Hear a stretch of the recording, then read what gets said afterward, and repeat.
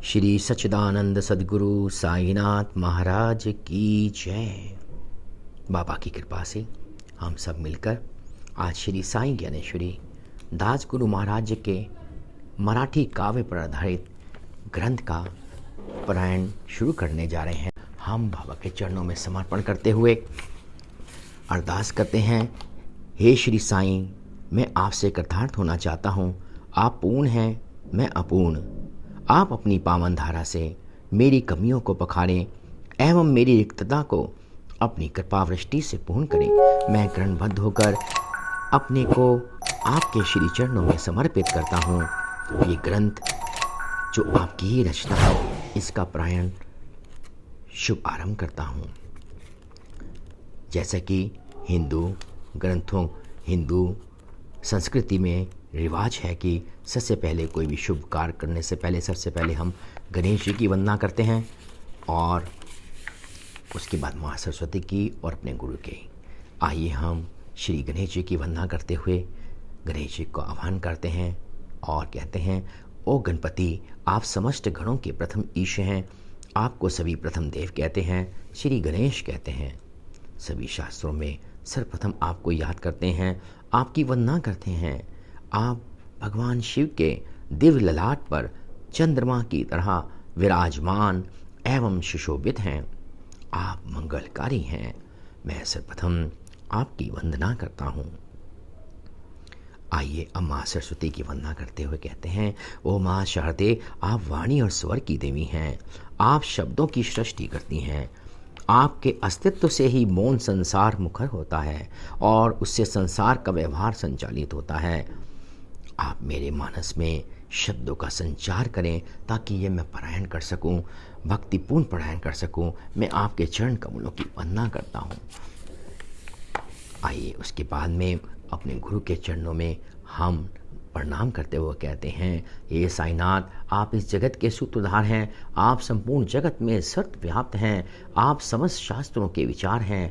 आप सभी ग्रंथों में ज्ञान के रूप में विराजमान हैं। आप अपने स्वरूप की एक झलक दिखाकर मुझे भी उपकृत करें ताकि आपके गुणों का कुछ गुणगान मैं भी कर सकूं। मैं आपके चरणों की वंदना करते हुए इस ग्रंथ का पारायण भक्ति पूर्ण करने जा रहा हूँ। ये आपकी ही रचना है। आप ही मेरी सहायता कर मुझसे ये अपना कार्य पूर्ण करवाएं। हे साईनाथ, आप नीलकंठ के समान हैं और इस कार्य के अंतराल में कहीं भी समस्याओं का हलाहल अवरोध बनकर सामने आए तो आप नीलकंठ के रूप में उस हलाहल का स्वयं उपशमन करें ताकि आपका कार्य निर्विघ्न पूर्ण हो सके। बोलिए श्री सच्चिदानंद सद्गुरु साईनाथ महाराज की जय। ओम साई राम। आज हम 16वां पारायण करेंगे दास गुरु महाराज का जीवन परिचय का दूसरा भाग। दास गुरु ने सन 1962 तक यानी जीवन पर्यंत श्री साईं की कीर्ति का गुणगान किया।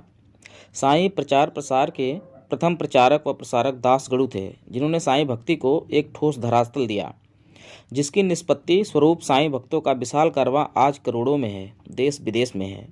एक बार दास गुरु को शिरडी ग्राम में कीर्तन करना था। उन्होंने लंबा अंगरखा पहना, कंधे पर गमछा रखा, सिर पर पगड़ी बांधी और श्री साईं से आज्ञा एवं आशीर्वाद लेने आए। श्री साईं ने दास गुरु को ऊपर से नीचे तक गौर से देखा और कटाक्ष करते हुए कहा, वाह, तुम तो दूल्हे राजा की तरह लग रहे हो। दास गुरु ने श्री साईं के वचन सुनकर सर झुकाया और उत्तर दिया, कीर्तन करने जा रहा हूँ, आशीर्वाद दीजिए। श्री साईं बोले, लेकिन यह अंगरखा किस लिए, यह पगड़ी किस लिए? ये प्रयत्न फिजूल हैं। ये चीज़ें हमारे लिए नहीं हैं। इनको मेरे सामने अभी उतारो। इनका भार तन पर लादने की जरूरत नहीं है। दास गुरु ने उसी क्षण अंगरखा, गमछा और पगड़ी उतारकर श्री साईं के चरणों में रख दिया। तब से वे सिर्फ एक धोती पहनकर, हाथ में चिपली लेकर, गले में फूलों का एक हार पहनकर कीर्तन करने लगे। श्री साईं ने दास गुरु महाराज को नारदीय पद्धति से कीर्तन करने और हरिदासी परंपरा अपनाने की प्रेरणा दी। श्री साईं की आज्ञा को तत्क्षण सिरोधार्य करते हुए दास गुरु ने जीवन पर्यंत इसी पद्धति को अपनाया। श्री साईं का आदेश उनके लिए ब्रह्म वाक्य था और उन्होंने अपने आप को श्री साईं के एक विनीत सेवक के रूप में आजीवन प्रस्तुत किया। दास गुरु कीर्तन के बदले कभी भी किसी से एक भी पैसा नहीं लेते थे, न किसी प्रकार की दान दक्षिणा स्वीकार करते थे। इस कारण उनकी प्रसिद्धि एक कीर्तनकार के रूप में सर्वत्र फैली। साथ ही उनकी निस्वार्थ सेवा एवं सुमधुर कीर्तन कला ने लाखों लोगों को साईं कृपा प्राप्त करने का सौभाग्य प्राप्त करवाया। श्री साईं के श्री चरणों में समर्पित हो जाने और कथा कीर्तन में अपने जीवन को न्यौछावर करने वाले दासगढ़ू को बाबा ने निजाम राज्य के नांदेड़ ग्राम में अस्थायी रूप से बस जाने का आदेश दिया। दासगढ़ू ने नांदेड़ में अपना स्थायी बसेरा बनाया। इसके बाद श्री साईं के सानिध्य में आयोजित होने वाले वार्षिक कीर्तन, उर्स, रामनवमी आदि कार्यक्रमों में वे उपस्थित होते और आत्मीयता के साथ कथा कीर्तन करते। बाबा के महाप्रयाण सन 1918 के बाद भी दासगढ़ू का यह क्रम निरंतर चलता रहा। एक बार शिरडी में श्री साईं ने दासगढ़ू को नाम सप्ताह करने की आज्ञा दी। दासगढ़ू ने उस दिन से श्री साईं से विनम्रतापूर्वक कहा, हे देवा, आपकी आज्ञा का पालन अवश्य होगा। आप इस बात का आश्वासन दे कि सप्ताह के पूर्ण होने पर विट्ठल अवश्य प्रकट हों। श्री साईं ने कहा, हाँ, विट्ठल अवश्य प्रकट होंगे, लेकिन भक्तों के दिल में श्रद्धा और तीव्रता, उत्सुकता का होना जरूरी है। डाकुर की डंकपुरी, विट्ठल का पंढरपुर एवं कृष्ण की द्वारका सब शिरडी में ही है। किसी को दूर जाने की जरूरत नहीं। भक्तों में श्रद्धा, भक्ति एवं प्रेम की धारा बहेगी तो वे स्वयं प्रकट हो जाएंगे। वे तो यही विराजते हैं। सप्ताह के समापन पर दासगढ़ू ने शिरडी में ही विट्ठल के दर्शन किए। श्री साईं का वादा पूर्ण हुआ। भक्ति जब अपनी पराकाष्ठा पर होती है, अवश्य ही भगवान प्रकट होते हैं। दासगढ़ू के विश्वास को श्री साईं निरंतर दृढ़ करते जाते। इसके लिए श्री साईं तरह तरह के लीलाएं रचते एवं चमत्कार करते। एक बार महाशिवरात्रि के दिन दासगढ़ू ने श्री साईं से कहा, आज पर्वकाल के अवसर पर मैं शिरडी से 3 मील दूर सिगावा जाकर गोदावरी में गंगा स्नान करना चाहता हूँ, आप अनुमति प्रदान करें। श्री साईं ने दासगढ़ू से पूछा, लेकिन तुम वहाँ जाकर क्या करोगे? दासगढ़ू यह सुनकर उदास हो गए। श्री साईं बोले, गंगा तो यहीं मेरे चरणों में है, इतने दूर मत जाओ। श्री साईं के वचन सुनकर दासगढ़ू संतुष्ट नहीं हुए। तब श्री साईं ने दासगढ़ू को अपने समीप बुलाया और कहा, अपनी अंजुली मेरे चरणों के पास लाओ। दासगढ़ू जैसे ही अंजुली श्री चरणों के तरफ ले गए, श्री साईं के चरणों से गंगा की पतली धारा फूटी और दासगढ़ू की अंजुली जल से भर गई। दासगढ़ू ने वह जल चरणोदक के रूप में नहीं पिया, बल्कि अपने मस्तक पर छिड़क लिया। इस लीला के द्वारा ईश्वरीय अस्तित्व का स्पष्ट संकेत देने के बाद भी दासगढ़ू श्री साईं को ईश्वर स्वरूप स्वीकार नहीं कर पाए। दासगढ़ू उत्सव आयोजनों एवं शिरडी आते कुछ सप्ताह तक रुकते।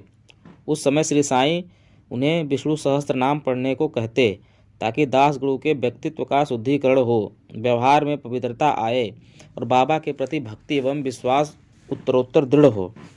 कम पढ़े लिखे होने के बाद भी दासगढ़ू संस्कृत के ग्रंथों को पढ़कर आसानी से उनका अर्थ लगा लेते थे और ज्ञान को मस्तिष्क में बिठा लेते थे।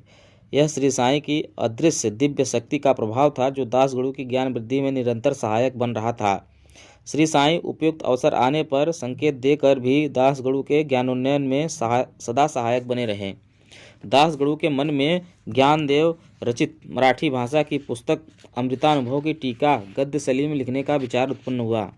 यह कार्य प्रकांड विद्वानों के लिए भी अत्यंत कठिन था और उस समय तक किसी ने उसे अपने हाथ में नहीं लिया था। दासगढ़ू ने भी पुस्तक का बार बार प्रयाण कर असंभव को संभव बनाने का प्रयास किया, परंतु सफल नहीं हुए। थक हार कर वे श्री साईं के पास आए और उन्होंने विनतीपूर्वक कहा, मैं अमृतानुभव का मराठी में गद्यानुवाद करना चाहता हूँ, कैसे करूँ? श्री साईं ने कहा, तुम अवश्य करो, मेरा आशीर्वाद तुम्हारे साथ है। इसके पश्चात दासगढ़ू ने कार्य प्रारंभ किया। अमृतानुभव की पहेलियों, तर्कों, गुणार्थों एवं दार्शनिक पहलुओं को वे आसानी से सुधारण स्पष्ट करते चले गए और सफलतापूर्वक कार्य पूर्ण किया। उनके इस कार्य को विद्वानों, पंडितों एवं समालोचकों ने काफ़ी सराहा। श्री साईं ने दासगढ़ू के ग्रंथों का पठन पाठन उनके ज्ञानोदय के लिए कराया, ताकि ज्ञान में प्रवाहमान धारा उनके हृदय के तरंगित एवं आंदोलित करे और दासगढ़ू स्वयं किसी नई कृति का सृजन करे। दासगढ़ू के मन में संस्कृत उपनिषद ईशावास्य की मराठी भाषा में टीका लिखने का विचार उभरा।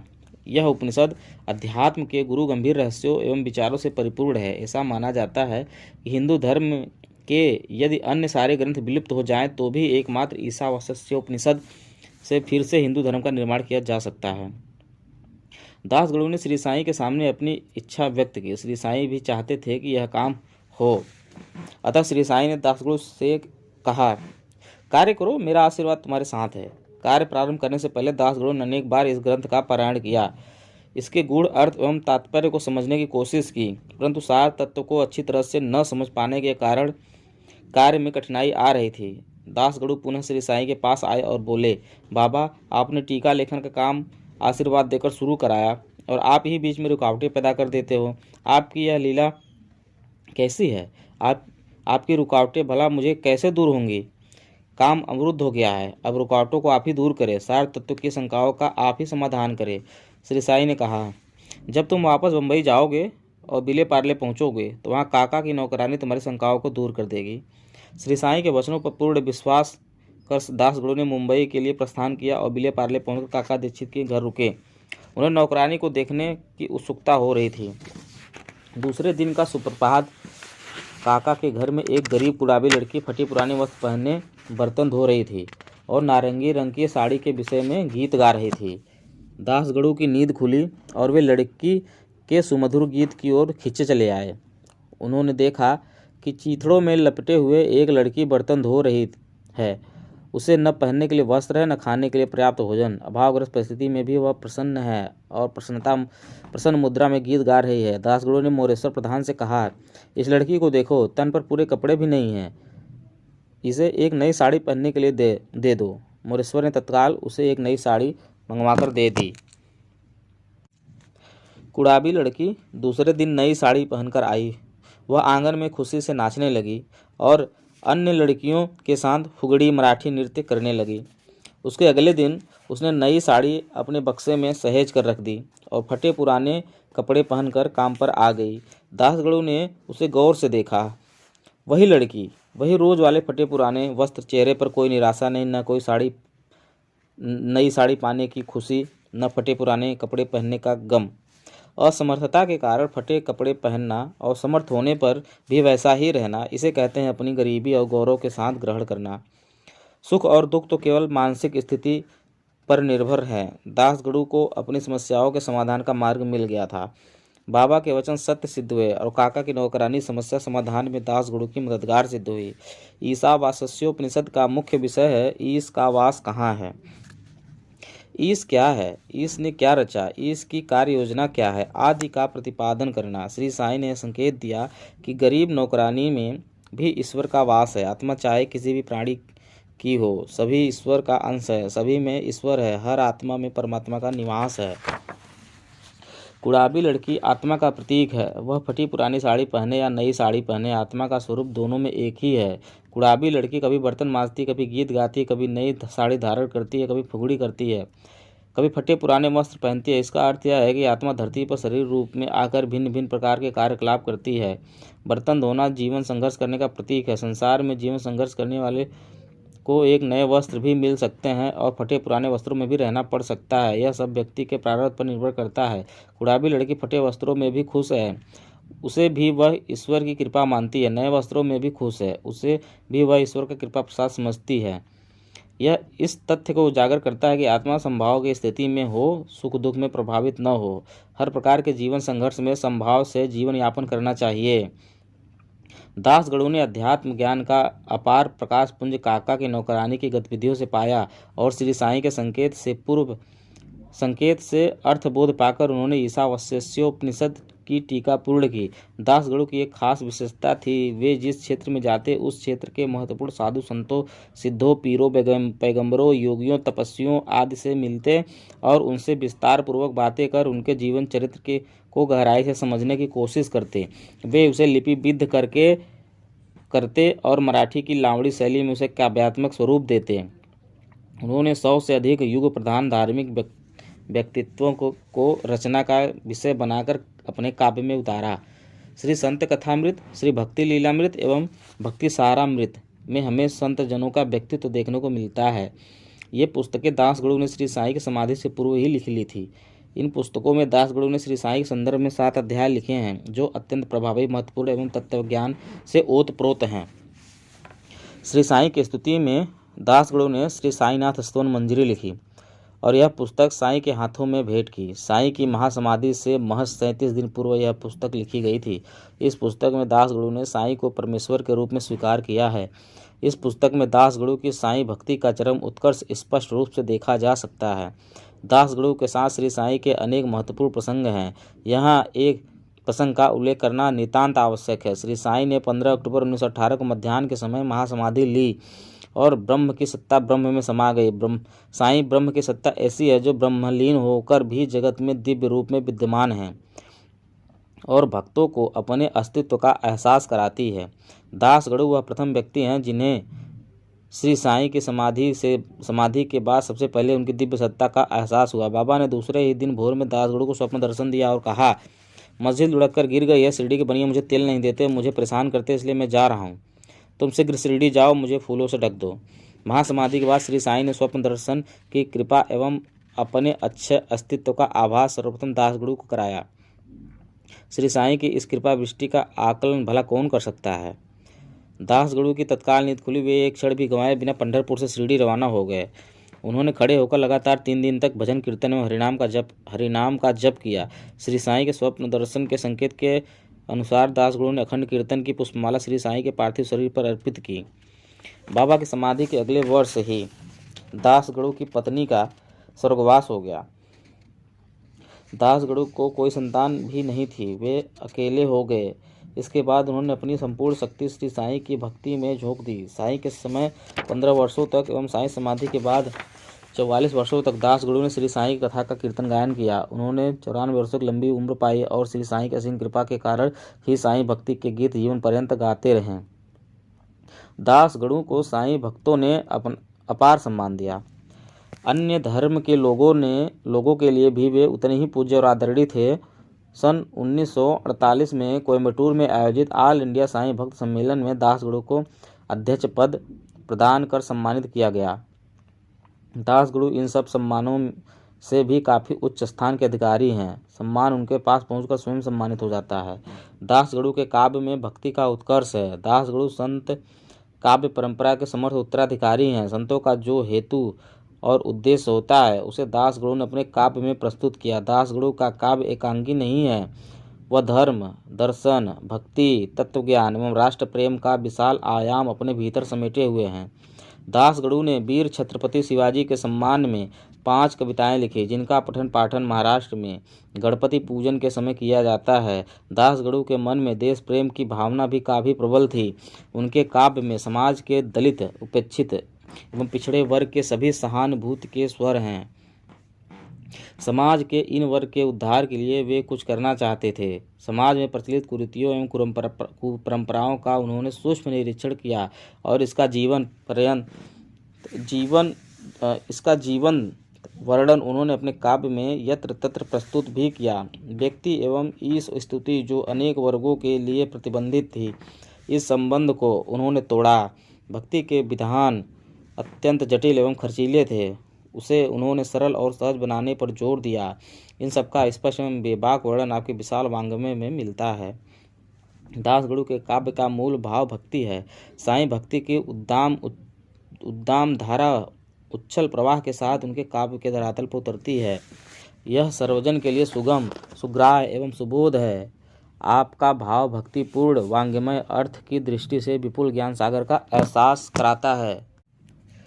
श्री साईं की असीम कृपा दासगणु के काव्य प्रवाह को प्रेरित एवं प्रोत्साहित करती रही।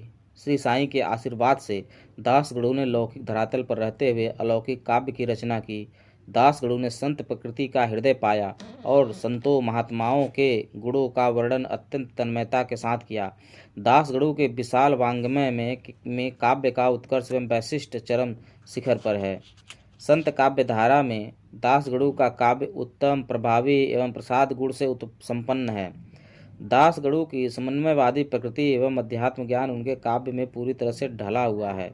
आपका काव्य नैसर्गिक और मनोहारी है।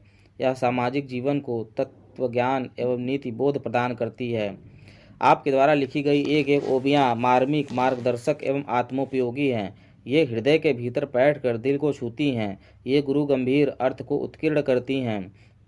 दासगणु की काव्यधारा समाज के हर वर्ग के लोगों को प्रभावित करती हैं और सभी को भक्ति के रस से सराबोर कर देती हैं। आपके काव्य, आख्यानों, स्तोत्रों, भजनों आदि को सुनने वाले लोग भक्ति के प्रसंग में आनंदश्रु बहाने लगते हैं और करुणा के प्रसंग में दुख से कातर हो नयन नीर छलकाने लगते हैं। दास गणु के शब्द स्वर के ताल पर थिरकते हैं और जन के कंठों का श्रृंगार बने हुए हैं। आपके काव्य का प्रवाह गंगा की पावन धारा की तरह कलकल निनाद करता हुआ बहता जाता है और जन के हृदय को भक्ति के जल में तृप्त एवं शीतल करता है। अधिकांश साहित्य मराठी की लावणी शैली में निबद्ध है, जो सहजता से गेय है और शांत, करुण एवं भक्ति रस की निष्पत्ति करवाता है। दास गणु का काव्य शब्दतल कमल की तरह है, जिसमें उपमा, रूपक, अनुप्रास आदि अलंकार सहज रूप से आए हैं और काव्य को अधिक रमणीय एवं कमनीय बनाते हैं। आपका भक्ति काव्य काबुली दाख की तरह सर्वत्र मिठास से परिपूर्ण है। इसमें अनेक मनमोहक शब्दचित्त सहज भाव से उभरते हैं और जन को कुछ सोचने के लिए मजबूर कर देते हैं। निसंदेह दास गणु का काव्य साहित्य की माला में अद्भुत मणि की तरह महत्वपूर्ण है। दास गणु का काव्य प्रतिनिधि काव्य है और भक्ति के विशाल पवित्र मंदिर में आदर के साथ सजो कर रखने योग्य है। 25 नवंबर 1962 को दास गणु श्री साईं के परम तत्व में एकाकार हो गए। श्री साईं की कृपा का अमृत पान करने वाले दास गणु ने श्री साईं की स्तुति में अनेक अनमोल भजन लिखे, जो बाबा की आरती का एक अंश बन गए और पिछली 1 शताब्दी से साईं मंदिरों में अनिवार्यतः गाए जाते हैं। अपने व्यक्तित्व जीवन में हवलदार से सब इंस्पेक्टर बनकर समाज को अपना रुतबा दिखाने की दास गणु की इच्छा भले ही पूरी न हो सकी, परंतु साईं चरणों में समर्पित हो जाने के बाद दास गणु ने जिस काव्य और जिन भजनों का सृजन बाबा की कृपा से किया, उस कृपा प्रसाद के बलबूते पर वे विश्व भर में प्रतिष्ठित एवं आदरणीय बन गए। श्री साईं ने अपने आशीर्वाद से उन्हें जो रुतबा बख्शा, वह करोड़ों में किसी एक के लिए भी आकाश कुसुम है। आज श्री साईं की आरती और भजन जहाँ भी गाए जाते हैं और बाबा को श्रद्धा से याद करते हैं, वहाँ दास गणु के भजन अवश्य ही गाए जाते हैं और उन्हें भी आदर के साथ याद किया जाता है। साईं अमर है, साईं का नाम अमर है। इस साईं के साथ जुड़कर दास गणु भी अमर हो गए। ओम साई राम।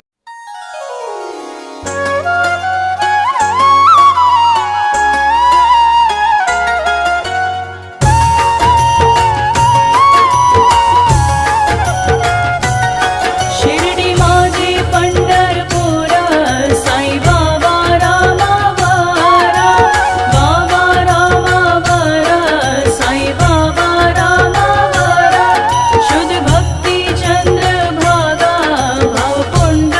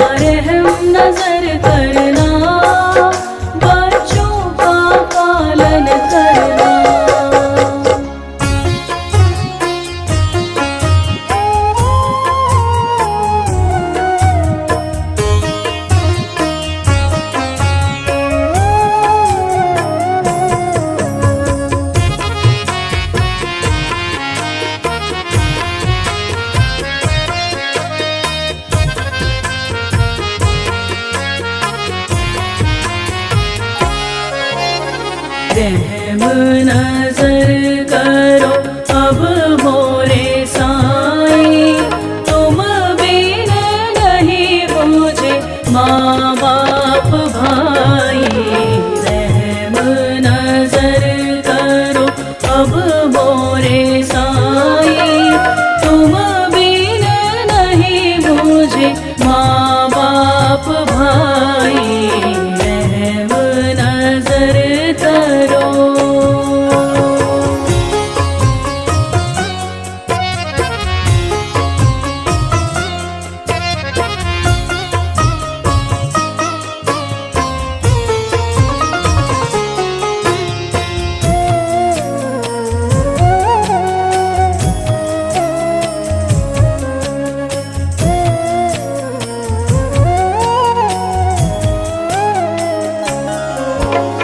मैं अंधा हूँ बंदा तुम्हारा, मैं अंधा हूँ बंदा तुम्हारा, मैं अंधा हूँ बंदा तुम्हारा। मैं ना जानूं, मैं ना जानूं, मैं ना जानूं अल्लाह इलाही। रहम नजर करो अब मोरे साईं, तुम बिन नहीं मुझे माँ बाप भाई। रहम नजर करो।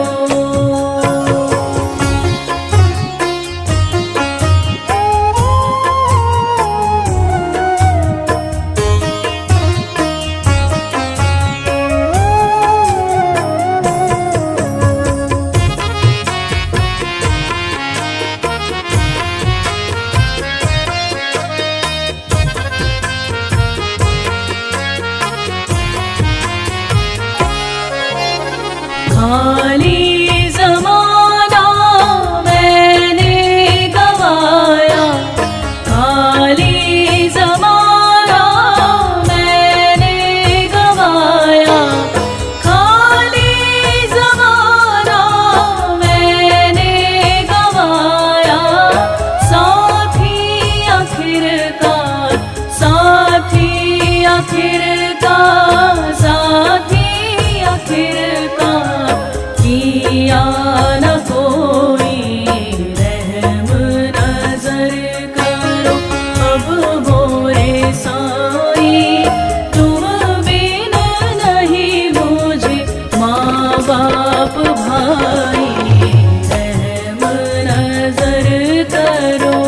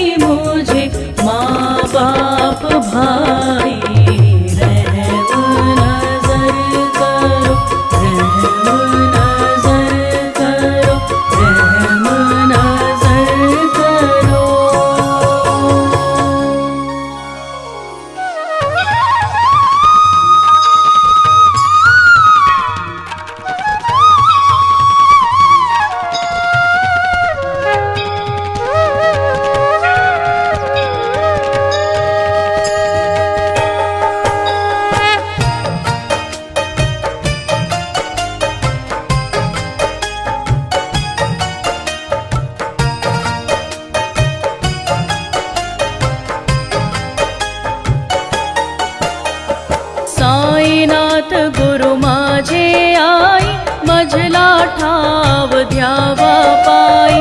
साईनाथ गुरु माझे आई, मंजिला ठाव ध्यावा पाई। दत्तराज गुरु माझे आई, मंजिला ठाव ध्यावा पाई। दत्तराज गुरु माझे आई, मंजिला ठाव ध्यावा पाई। साईनाथ गुरु माझे आई, मंजिला ठाव ध्यावा पाई। साईनाथ गुरु माझे आई, मंजिला ठाव ध्यावा पाई। मंजिला ठाव ध्यावा पाई, मंजिला ठाव ध्यावा पाई। मंजिला ठाव ध्यावा पाई, मंजिला ठाव ध्यावा पाई। साईनाथ गुरु माझे आई, मंजिला ठाव ध्यावा पाई।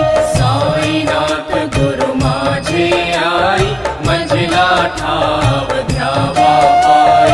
दत्तराज गुरु माझे आई, मंजिला ठाव ध्यावा पाई। दत्तराज गुरु माझे आई, मंजिला ठाव ध्यावा पाई। साईनाथ गुरु माझे आई, मंजिला ठाव ध्यावा पाई। साईनाथ गुरु माझे आई, मंजिला ठाव ध्यावा पाई। मंजिला ठाव ध्यावा पाई, मंजिला ठाव ध्यावा पाई। मंजिला ठाव ध्यावा पाई, मंजिला ठाव ध्यावा पाई। साईनाथ गुरु माझे आई, मंजिला ठाव ध्यावा पाई। साईनाथ गुरु माझे आई, मंजिला ठाव ध्यावा पाई। दत्तराज गुरु माझे आई, मंजिला ठाव ध्यावा पाई। दत्तराज गुरु माझे आई, मंजिला ठाव ध्यावा पाई। साईनाथ गुरु माझे आई, मंजिला ठाव ध्यावा पाई। साईनाथ गुरु माझे आई, मंजिला ठाव ध्यावा पाई। मंजिला ठाव ध्यावा पाई, मंजिला ठाव ध्यावा पाई। मंजिला ठाव ध्यावा पाई, मंजिला ठाव ध्यावा पाई। साईनाथ गुरु माझे आई, मंजिला ठाव ध्यावा पाई। दत्तराज गुरु माझे आई, मंजिला ठाव ध्यावा पाई। अनंत कोटि ब्रह्मांड नायक राजाधिराज योगीराज पर ब्रह्म साई